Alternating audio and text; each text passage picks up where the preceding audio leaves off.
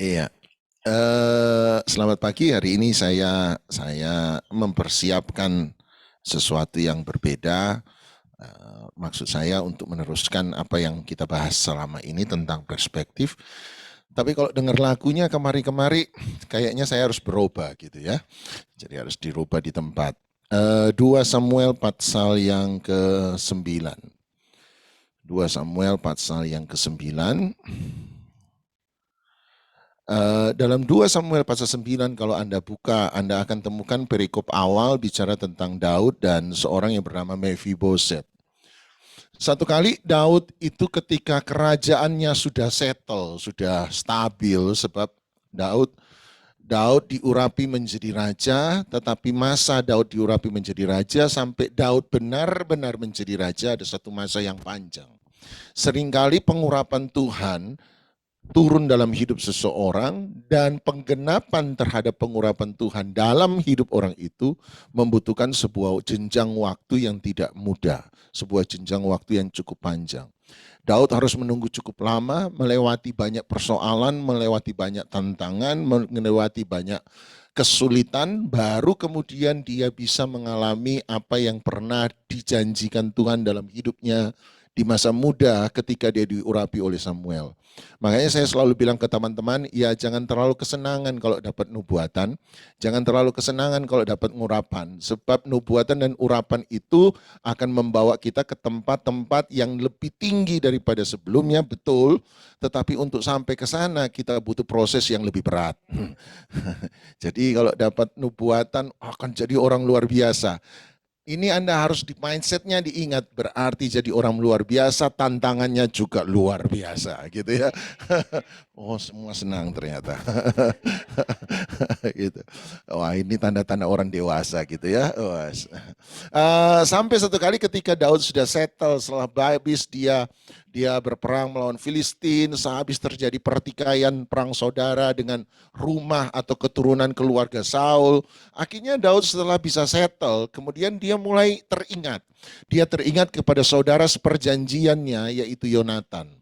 Dan oleh sebab itu dia mencoba mencari tahu apakah masih ada keturunan Saul atau keturunan Yonatan yang masih hidup. Sebab waktu Saul berperang di peperangan terakhir di mana dia mati ketika dia melawan orang Filistin, tentara Filistin berhasil masuk ke daerah Israel begitu dalam, bahkan masuk ke dalam istana Saul dan mulai membunuh banyak orang termasuk keluarga Saul. Dan hanya sisa sedikit dari keluarga Saul yang berhasil meloloskan diri. Sebagian yang sedikit itu kemudian juga meninggal dalam peperangan perang saudara dengan antara keturunan Saul, pengikut Saul dengan pengikut Daud. Oleh sebab itu Daud bertanya-tanya dalam hati, masih adakah keturunan Saul yang hidup? Kenapa? Sebab dia mau menunjukkan kasih karunia Tuhan, kebaikan Tuhan kepada orang itu. Nah, seringkali kita juga harus paham bahwa kebaikan kita kepada seseorang itu adalah bentuk kebaikan Tuhan terhadap orang tersebut. Makanya ketika Matius 5 berkata, apabila engkau berbuat baik, perbuatan baik, dan orang melihat perbuatanmu yang baik, maka mereka akan memuliakan siapa? Bapamu yang di sorga. Kita yang berbuat baik, tetapi ketika orang menerima kebaikan kita, yang mereka lakukan bukanlah memuliakan kita si pembuat kebaikan, tetapi yang mereka lakukan adalah memuliakan Tuhan yang ada di dalam kita. Sebab mereka tahu bahwa motivasi kebaikan Anda dan saya bukan karena saya memang orang baik, tetapi motivasi kebaikan dalam hidup saya sebab Tuhan yang di dalam saya itu adalah Tuhan yang baik. Oleh sebab itu Daud berkata, aku hendak menunjukkan kebaikan Tuhan kepada dia lewat kebaikannya dia. Oleh sebab itu Daud kemudian mencari seorang yang bernama Siba dan mencoba bertanya kepada Siba. Siba ini adalah pelayan Saul, orang hamba Saul yang berhasil meloloskan diri. Dan dia bertanya, Siba engkau hamba Saul, apakah Anda tahu masih ada keturunan Saul yang hidup ke hari ini? Tentu saja selain Milka istrinya Daud. Masih ada keturunan Saul yang hidup. Nah, Anda lihat ayat yang ketiga. 2 Samuel 9 ayat ketiga. Kemudian berkatalah raja, tidak adakah lagi orang yang tinggal dalam keluarga Saul Aku hendak menunjukkan kepadanya kasih yang dari Allah. Lalu berkatalah Siba kepada raja, masih ada seorang anak laki-laki Yonatan yang cacat kakinya. Ayat 4. Tanya raja kepadanya, di manakah dia? Nah ini penting. Dia bertanya, di manakah orang ini? Di manakah Mephiboset ini? Jawab Siba kepada raja, dia ada di rumah Mahir bin Amiel di Lodebar. Ayat yang kelima, sesudah itu Raja Daud menyuruh mengambil dia dari rumah Mahir bin Amiel dari Lodebar. Daud kemudian bertanya pada Siba, masih adakah keturunan Saul yang hidup? Aku hendak menunjukkan kasih Bapa kepada dia. Dan Siba berkata, masih ada.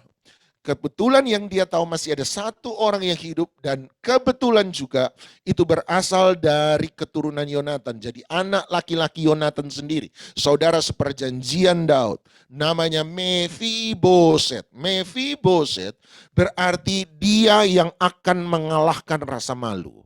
Mephiboset berarti dia yang menghancurkan rasa malu. Saya tidak tahu kenapa Yonatan memberi nama anak terakhirnya Mephiboset. Dia yang mengalahkan rasa malu. Kemungkinan besar tafsiran pribadi saya bahwa Yonatan melihat perbuatan Saul hari itu adalah perbuatan yang memalukan. Upaya Saul untuk membunuh Daud, hal-hal yang dilakukan Saul untuk kembali pada penyembahan berhala, tenung dan sebagainya. Mungkinkah Saul merasa bahwa papanya sementara lari dari jalur yang benar dan melakukan hal-hal yang memalukan. Itu sebabnya ketika dia punya anak, dia memberi nama anak itu Mephiboset. Bahwa anak inilah yang akan mengembalikan terah keluarga Saul pada jalur yang benar. Anak inilah yang akan mengembalikan kejayaan, kemuliaan pada keluarga Saul. Jadi Yonatan punya harapan terhadap Mephiboset. Tapi hanya ketika saya katakan tadi, ketika tentara Filistin berhasil menyerbu istana Saul dan mulai membunuh keluarga Saul, tentara yang ada di sana, inang pengasuh atau suster penjaga Mephiboset yang masih kecil ketika melihat peristiwa itu kemudian mencoba untuk melarikan diri. Hanya dalam upaya melarikan diri ketika dia tergesa-gesa, suster atau inang pengasuhnya ini terjatuh dan menindih Mephiboset. Sehingga Mephiboset mengalami ketimpangan sejak dari kecil sampai besar. Nah, Siba berkata bahwa masih ada orang bernama Mephiboset, anak dari Yonatan sendiri. Dan kemudian Daud bertanya, di mana anak itu sekarang? Nah, ini penting, di mana Mephiboset? Dia yang menjadi pewaris tahta yang sah dari keluarga Saul. Di mana Mephiboset, orang yang ditentukan untuk mengalahkan setiap rasa malu. Di mana dia? Kemudian menariknya adalah Siba berkata, ada di Mikar bin Amiel, rumahnya dia di Lodebar. Lodebar punya satu arti. Terdiri dari dua kata, lo berarti tidak, debar berarti padang rumput yang hijau. Lodebar berarti tempat di mana tidak ada lagi padang rumput yang hijau. Itu menunjukkan bahwa Lodebar adalah tempat yang miskin. Sebab di zaman itu salah satu pekerjaan yang paling berhasil dan kaya, kalau Anda bukan jadi petani ya Anda jadi peternak gitu, kira-kira seperti itu. Dan bahkan kekayaan Anda kalau dilihat dari kitab Ayub, dilihat dari Kejadian, peristiwa Abraham, diukur dari berapa banyak kambing domba yang kamu miliki. Semakin banyak kambing domba yang kamu miliki berarti tandanya kamu orang yang makin kaya. Nah, Lodebar adalah tempat di mana tidak ada padang rumput yang hijau, berarti tidak ada penghasilan dari pertanian gandum, dan juga nggak ada penghasilan berarti dari peternakan kambing domba. Sebab nggak ada padang rumput yang hijau. Bagaimana Anda bisa memelihara domba kalau Anda tidak punya tempat untuk mereka makan? Kalau tempat di mana mereka tinggal adalah tempat yang gersang. Oleh sebab itu Lodebar adalah tempat yang bicara tentang tempat yang miskin, tempat yang kumuh, tempat yang penuh dengan kekerasan. Di mana ada kemiskinan, di situ ada kebodohan. Di mana ada kemiskinan, kebodohan, di situ selalu ada kejahatan. Oleh sebab itu tempat itu menjadi tempat yang kumuh, tempat yang penuh kekerasan, kekejaman. Pertanyaan saya adalah, Bagaimana mungkin seseorang yang ditentukan lahir dari keluarga bangsawan kerajaan, orang yang ditentukan lahir supaya bisa mengalahkan setiap rasa malu, tiba-tiba kita temukan justru ada di tempat yang memalukan. Justru orang yang seharusnya mengalahkan setiap rasa malu, justru ada pada tempat yang kumuh, tempat yang rusak, tempat yang hancur. Bagaimana mungkin? Dugaan saya adalah jangan-jangan peristiwa ketika Mephiboset dilarikan oleh inangnya dan kemudian terjatuh menimpa Mephiboset sehingga kakinya timpang. Peristiwa masa lalu itulah yang membuat kemudian kita temukan Mephiboset ada di tempat yang bernama Lo-debar. Tidak ada makanan, tidak mencari makanan. Mari kita andaikan sebentar Mephiboset, kalau kita jadi seperti Mephiboset. Siapa orang yang saya sebut menjadi seperti Mephiboset? Orang yang seperti Mephiboset adalah orang yang pernah mengalami kegagalan masa lalu. Orang yang pernah mengalami kesalahan masa lalu dan notabene tolong dicatat, kegagalan, kesalahan, kehancuran hidup Mephiboset di masa lalu bukan karena kesalahannya dia, tetapi karena kesalahan sang inang pengasuh yang tidak hati-hati. Orang yang mengalami Mephiboset, pengalaman Mephiboset berarti orang yang dalam satu titik di masa lalunya pernah mengalami kegagalan, pernah mengalami aib, rasa malu, pernah mengalami kekecewaan. Tetapi kegagalan, kekecewaan, persoalan masa lalu itu timbul bukan karena kesalahannya dia, tetapi kesalahan orang lain terhadap dia. Misalnya, Anda mungkin pernah berpikir bahwa orang itu teman yang baik, Anda kemudian mengajak dia jadi rekan bisnis, Anda menaruh modal yang besar, tapi waktu Anda percaya pada orang itu ternyata orang yang Anda percayai, orang teman baik Anda, tiba-tiba mulai makan uang Anda, bawa lari uang Anda, dan itu membuat Anda mengalami kesulitan ekonomi yang berat hari-hari itu. Andalah Mephiboset. Orang yang pernah mengalami kegagalan masa lampau, orang yang pernah mengalami kehancuran masa lalu, tapi bukan Anda yang buat, orang lain yang buat itu terhadap Anda. Kalau Anda mungkin seorang perempuan single, dulu waktu Anda berpacaran, dan waktu Anda berpacaran Anda percaya bahwa laki-laki itu adalah laki-laki yang bisa dicintai, laki-laki yang bisa dipercaya, sampai satu titik Anda menyerahkan segala-galanya. Berharap bahwa Anda akan mengakhiri pertunangan Anda di pelaminan, tetapi tiba-tiba laki-laki yang Anda cintai, laki-laki yang Anda percaya, mengkhianati Anda, meninggalkan Anda pergi. Buat saya itulah Mephiboset. Anda mungkin tinggal dalam satu keluarga yang kaya, keluarga yang nyaman, tapi karena sang ayah salah mengambil keputusan dalam bisnis, keluarga Anda menjadi bangkrut, sehingga tadinya Anda punya rumah yang besar, dari rumah yang besar Anda harus berpindah pada rumah kontrakan. Dulunya Anda punya fasilitas yang mewah, televisi 100 inch, tapi tiba-tiba Anda harus lepaskan semua itu, nggak tahu sebesar apa 100 inch, tapi Anda harus lepaskan semua itu, sebab ayah Anda salah mengambil keputusan. Anda Mephiboset, orang yang mengalami kegagalan masa lalu bukan karena apa yang Anda lakukan, tapi karena apa yang orang lain lakukan kepada Anda. Dan notabene, kegagalan Mephiboset, ketimpangan Mephiboset bukanlah ketimpangan untuk temporal sementara, tetapi ketimpangan Mephiboset adalah ketimpangan untuk permanen selama-lamanya. Iya kalau kegagalan cuma sementara. Iya kalau cuma keseleo dipijat selesai. Iya kalau itu cuma sementara. Hanya masalah sementara. 1-2 bulan selesai. No problem. Bagaimana kegagalan Anda seandainya. Bukan hanya untuk sementara. Tetapi permanen selama-lamanya. Orang akan tahu itu sejarah hidup Anda yang memalukan. Orang akan tahu bagaimana Anda hidup dalam sebuah kegagalan. Anda lah Mephiboset. Dan mungkin sangat mungkin seperti Mephiboset, kita akan tiba di tempat bernama Lo-debar, tempat di mana tidak ada padang rumput yang hijau, di mana kita tidak lagi bisa memberi makan kepada orang lain lewat kehidupan kita. Kisah Lo-debar, Lo tidak debar, padang rumput yang hijau, mengingatkan saya pada satu peristiwa di Perjanjian Baru. Satu orang pernah mengalami pengalaman Mephiboset, namanya Petrus. Petrus pernah berbuat salah kepada Tuhan Yesus. Ketika Petrus menyangkali Yesus, Anda tahu, 3 kali dia menyangkal Yesus. Tapi kalau Anda baca dalam Injil Lukas, Lukas lebih detail. Lukas bilang bukan 3 kali menyangkal Yesus. Kali pertama betul Petrus memang menyangkal Yesus. Tapi kali kedua Petrus bukan hanya menyangkal, tetapi Petrus bersumpah tidak pernah kenal Yesus.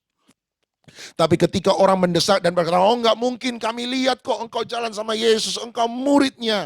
Pada kali yang ketiga tiba-tiba Lukas mencatat bahwa Petrus bukan cuma menyangkal Yesus, Petrus bukan cuma bersumpah tidak mengenal Yesus, Petrus mulai memaki-maki Yesus, mencaci maki Yesus, mulai mengutuk-ngutuki Yesus di depan orang banyak supaya mereka percaya bahwa Petrus tidak pernah mengenal Yesus. Hanya waktu Petrus mulai caci maki, mengutuk-ngutuki, tiba-tiba waktu dia mengutuki, dia memandang ke sebelah, tiba-tiba dia lihat Yesus ada di situ. Yesus ada dalam jangkauan pendengarannya, mendengar semua kata-kata yang diucapkan, caci maki kutuk yang diucapkan oleh Petrus, dan Yesus mendengar semua. Dan ketika Petrus lihat, Yesus lihat 2 pasang mata bertatap, tiba-tiba Petrus teringat Tuhan Yesus pernah bilang sebelum ayam berkokok berapa kali?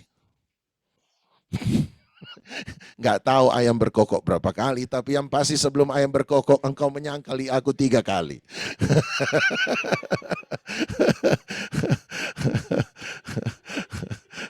Ya kan saya nggak tahu ayam berkokok berapa kali, tapi sebetulnya ayam berkokok kamu sudah menyangkali aku 3 kali.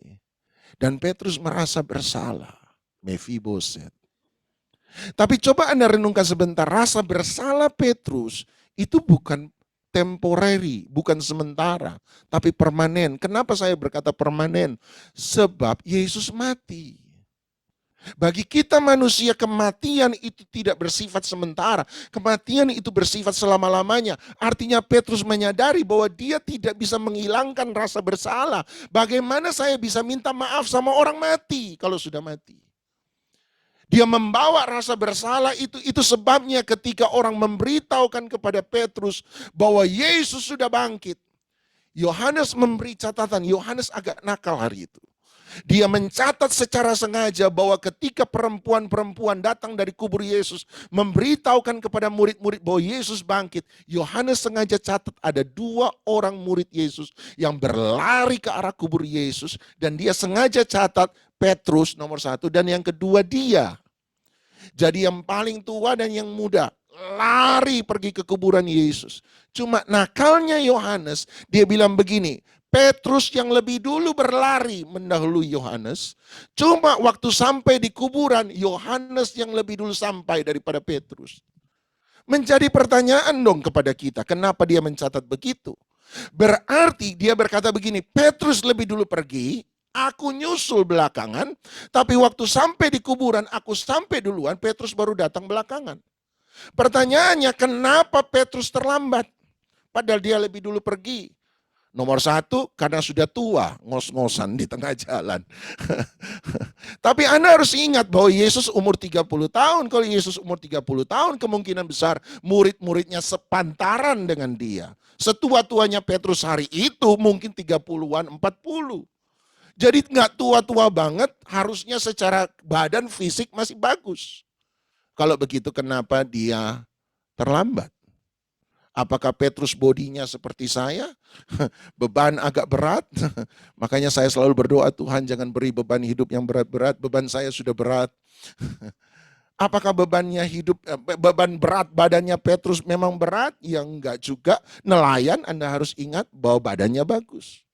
Kalau begitu pertanyaan, kenapa Petrus kemudian menjadi terlambat? Ini tafsiran saya pribadi lagi, jangan-jangan waktu dia berlari ke kuburan Yesus, saking senangnya dia mendahului, tapi di tengah jalan ketika hampir sampai, muncul kembali satu pikiran, kalau kamu ketemu Yesus, kamu mau ngomong apa? Rasa bersalah Petrus tiba-tiba muncul. Sehingga Yohanes mencatat dia kemudian mendahului Petrus. Untuk meyakinkan Anda, tolong Anda periksa peristiwa kebangkitan Yesus. Petrus yang terkenal sebagai murid yang dominan, tiba-tiba dalam peristiwa kebangkitan Yesus, kehilangan dominasinya. Coba Anda perhatikan baik-baik. Dalam peristiwa kebangkitan Yesus kita ingat paling tidak peristiwa Yesus berjumpa dengan dua muridnya yang pergi ke Emmaus. Dalam peristiwa kebangkitan Yesus kita ingat peristiwa apa? Thomas yang tidak menjadi percaya. Anda tidak akan banyak menemukan peristiwa Petrus. Seakan-akan dalam peristiwa kebangkitan Yesus, ketika Yesus muncul di hadapan murid-muridnya, seakan-akan tiba-tiba mulut Petrus diam 1000 bahasa. Petrus bukan lagi orang yang cerewet dan dominan. Dia diam. Kemungkinan besar Petrus ada di pojok ruangan sementara bersembunyi dari Yesus sebab ada rasa bersalah. Sang Mefiboset ada dalam hidupnya. Sampai satu kali peristiwa tentang Petrus dalam peristiwa kebangkitan Yesus muncul, dicatat oleh Yohanes.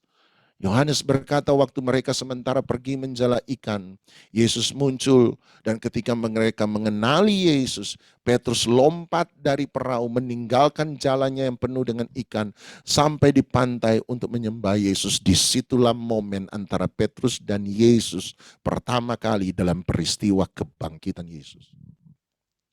Yesus mengajak Petrus di api unggun, Anda tahu? Kemudian Yesus bertanya kan pertanyaan, "Do you love me?" Apakah engkau mengasihi aku? Perhatikan Petrus kemudian menjawab, "Ya Guru, aku mengasihi engkau." Perhatikan jawaban Tuhan Yesus. "Kalau engkau mengasihi aku, gembalakanlah domba-dombaku." Bahasa Inggris bagus sekali, dia bilang begini, "Feed my lamb." Beri makan domba-dombaku. Pertanyaan saya sederhana. Domba makan di mana? Padang rumput yang hijau.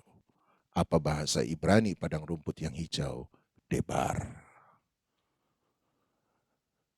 Seakan-akan Tuhan mau bilang begini, engkau boleh mengalami pengalaman Mefiboset. Engkau pernah mengalami kegagalan karena apa yang orang lain perbuat kepadamu. Kegagalanmu bukan hanya temporary tetapi permanen. Tapi saya mau bilang satu hal pada engkau.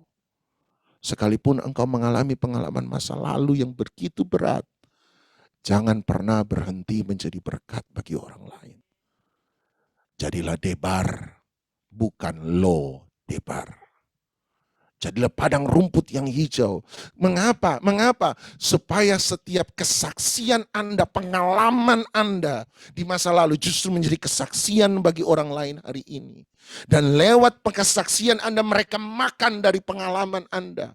Mereka dikuatkan dari pengalaman Anda. Mereka dibangkitkan dari pengalaman Anda. Supaya mereka menerima nutrisi rohani dari pengalaman Anda. Justru setiap pengalaman mari yang gagal, yang rusak, yang hancur, mari kita rubah sesuatu yang tidak baik, kita rubah menjadi baik. Bahasa Inggris bagus berkata, let your test become your testimony. Ujianmu menjadi kesaksianmu. Your mess become your message. Kekacauan dalam hidupmu menjadi pesan yang engkau sampaikan kepada orang lain. Don't be bitter but let you be better. Jangan jadi pahit tapi engkau harus jadi lebih baik. Artinya jangan pernah berhenti. Sebab kalau engkau berhenti, engkau tinggal di masa lalu. Engkau akan dihancurkan oleh masa lalu. Engkau anak raja, raja dari Saul. Engkau anak raja di atas segala raja kita, Tuhan Yesus Kristus. Seharusnya tempat kita bukan di tempat yang memalukan, bukan di Lodebar. Daud kemudian berkata pada Siba, bawa dia kemari. Sebab tempatnya bukan di Lodebar. Tempatnya ada bersama dengan aku makan sehidangan di meja raja. Tempat Anda dan saya ada di istana hadirat Tuhan. Bersama-sama dengan Tuhan makan di meja raja di atas segala raja. Disitulah Anda belajar untuk keluar dari kekhawatiran Anda. Anda belajar keluar dari masa lalu Anda. Anda belajar keluar dari kegagalan Anda. Anda keluar dari pengkhianatan masa lalu Anda. Anda keluar dari itu semua. Sebab Tuhan sementara mengundang engkau keluar dari Lodebar, datang ke meja sehidangan dengan raja. Dan hari ini kita akan sehidangan dengan raja dalam tubuh dan darah Kristus. Berarti sebelum Anda makan dan minum tubuh dan darah Kristus, nomor satu, engkau harus keluar dari Lodebar, di mana engkau sementara memalukan. Bagaimana seorang yang ditentukan untuk mengalahkan rasa malu justru menjadi orang yang hidup dalam rasa malu? Bagaimana mungkin? Bukankah kita selalu berkata kita dijadikan lebih daripada pemenang. Kita jadi kepala bukan ekor, naik dan bukan turun. Tapi seringkali kita temukan kita ekor dari sebuah keadaan. Kita bukan kepala dari sebuah keadaan. Kita bukannya naik, tapi kita melihat hidup kita tambah rusak, tambah hancur, tambah turun, tambah turun. Bagaimana mungkin? Sama seperti Daud hari-hari itu. Dia bisa bilang, aku diurapi jadi raja, kenapa aku tetap masih jaga kambing domba 2-3 ekor. Aku sudah diurapi jadi raja, kenapa aku ditolak di istana raja. Tapi justru hari itu dia belajar keluar dari tempat yang memalukan. Sampai dia melihat kegenapan janji Tuhan dalam hidupnya. Sebelum Anda makan dan minum tubuh dan darah Kristus. Keluar dulu dari Lodebar. Alkitab, Daud berkata, ambil dia. Kata ambil berarti lakukan segala sesuatu yang engkau perlukan supaya Mephiboset bisa keluar dari Lodebar. Artinya kalau Mephiboset baru keluar dari Lodebar, kalau dibuat pingsan, buat dia pingsan, baru bawa dia keluar dari Lodebar. Kalau Mephiboset baru mau keluar dari Lodebar, kalau diiming-imingi makanan, iming-imingi dia makan supaya dia keluar dari Lodebar. Kalau Mephiboset baru mau keluar dari Lodebar, kalau dia menikah, nikahin dia supaya dia keluar dari Lodebar. Artinya buat segala cara supaya Lodebar tidak lagi menjadi bagian dari Mephiboset. Tuhan sementara akan buat segala cara supaya Anda dan saya bisa keluar dari masa lalu kita yang hancur. Dan Anda tahu apa yang dia bayar? Segala cara. Dia bayar dengan nyawanya sendiri. Itulah harga supaya Anda dan saya bisa keluar dari Lodebar.